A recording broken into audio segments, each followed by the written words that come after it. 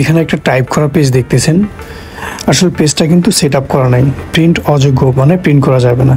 তো পেজটা কোন অবস্থায় আছে এটা দেখার জন্য আমরা ফাইলে ক্লিক করব, দেন প্রিন্টে ক্লিক করব। প্রিন্ট প্রিভিউ থেকে দেখব যে আসলে পেজটা কি প্রিন্ট যোগ্য কিনা বা সেট আপ ঠিক আছে কিনা। তো এখানে দেখতে পাচ্ছেন পেজটা কিন্তু এলোমেলো অবস্থায় আছে, পেজটাকে সেট আপ করে নিতে হবে। তো এর জন্য আমাদের কি করতে হবে, এই যে পেজ লেআউটে ক্লিক করতে হবে আমাদের।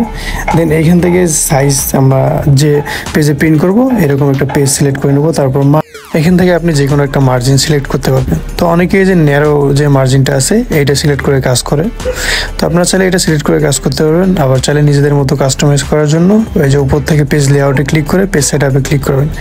এরকম একটা ফরম্যাট আসলে এখানে আপনারা নিজেদের মতো করে পেজটা সেট আপ করে নিতে পারবেন। আবার নিচে ফলো করবেন যে আপনার পেজটা কীরকম হচ্ছে। তো আমি লেফট অ্যান্ড রাইটে 0.5 দিলাম এবং ওপরে আমি 1 ইঞ্চি করে রাখলাম। ঠিক আছে, এই যে পেজটা কিন্তু মোটামুটি ওকে দিলে সেট আপ হয়ে যাবে।